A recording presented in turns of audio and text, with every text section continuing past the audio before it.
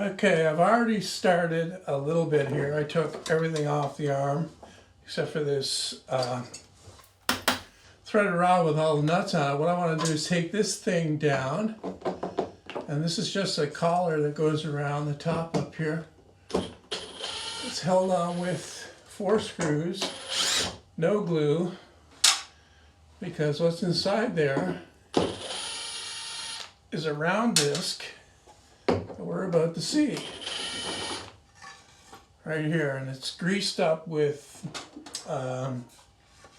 Vaseline to make it slick, and that is the mechanism that makes this rotate. Pretty easy, pretty simple. In the beginning I used a bearing actually, and that was kind of silly because you want a little bit of friction there. You don't want this thing to turn too freely, otherwise it'll, move when you don't want it to move. So put that down. Next thing I need to do is take this thing down, because to be honest, this is bigger than it needs to be. Also, it's not as tight as it needs to be, or it could be. And that's where a lot of the movement that I'm getting is coming from, because this is not tight enough. So first thing I'll do is take this ring off.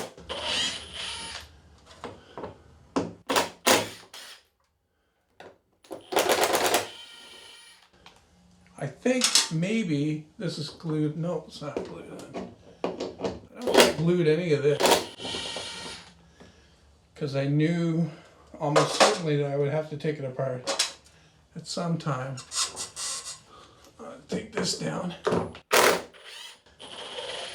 This, once again, just has screws.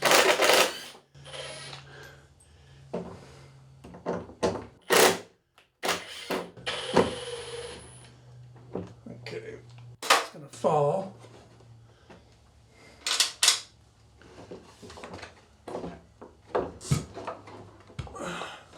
I've taken this wheel off here. What I need to do is shorten this thing. I want to make the whole thing that goes up on the beam up there about, 10 inches shorter. And that way it'll get in closer to that wall over there. I originally made it this long because I thought it would need that stability. Also, I thought I would be putting more stuff over on the other side over here.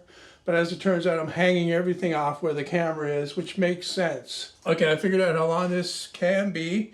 12 1/4. I'm going to reuse this part and those other parts, just shorten it up and make it work. I'm also going to reuse the disc because I was looking at it and I can't see that I would have any advantage of making that disc any bigger, because I think it's big enough for what it's going to be doing. As long as I tighten everything up, I think it'll be okay.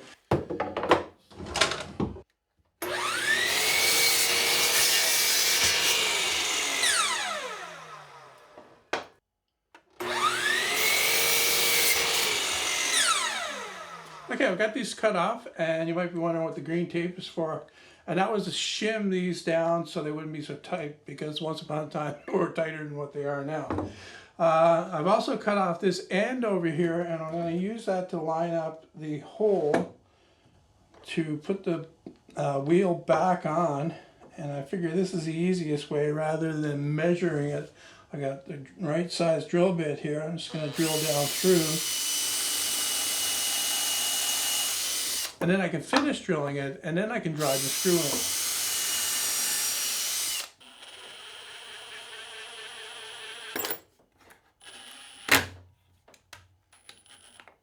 in. Okay, basically reverse order here. I'm going to put it back together, and I've already lined this piece up. I need a couple more screws. I need one more screw actually. Put this on, and then I have to assemble the rest of it up there. And what I'll do is I'll try it and see how it works.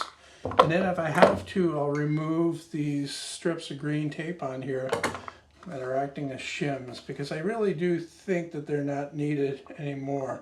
All right, just slip this on here. And then I can clamp it on with my hand and see how it is. Rolls freely enough, but there's still a bit too much play, I think. So I'm going to take it down and definitely take that green tape off and see how it is. I'll probably have to plane some off too, it feels like, because it seems like there's a lot of play there.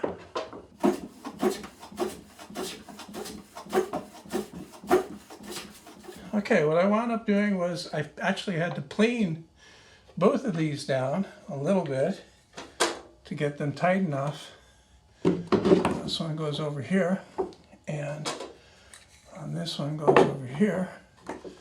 And when this gets clamped in place, I haven't tried this yet. Yeah, that feels a lot better. There's still a little bit of play, but you need it. You need a little bit. So I'm just going to go ahead and drive the screws in.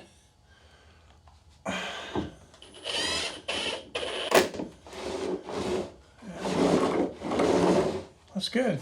The track up here is pretty dusty, so I think I need to wipe that off as well. Okay, next is the column here. And like I said, I'm going to reuse this disc. And there are 3 screws in the end here that hold it on to that thin post. And there's one thing that I fixed about a year ago. I added those screws because it kept coming loose. There's a lot of force right on that joint there. That's what makes me think that a bigger post would work better, even with this same size disc. At least it will. I can also make the post shorter because I've got my articulating arm coming off of this down here, I do believe, and no, it's actually up here. I can't remember. Anyway, I figure I can make it shorter, so I'll do that. The original is 27 inches long, and like I said, I don't think that the new one needs to be that long. So I've got this piece of 2 by whatever, and this is 20 inches long, and I think that's going to be good enough. What I need to do though is I need to cut it into 2 pieces that are 3 inches wide, and then I need to glue those together. And I'll have to leave that till the glue sets up overnight because I'm using my polyurethane construction adhesive, and I'll be back to install it on the track in the next video.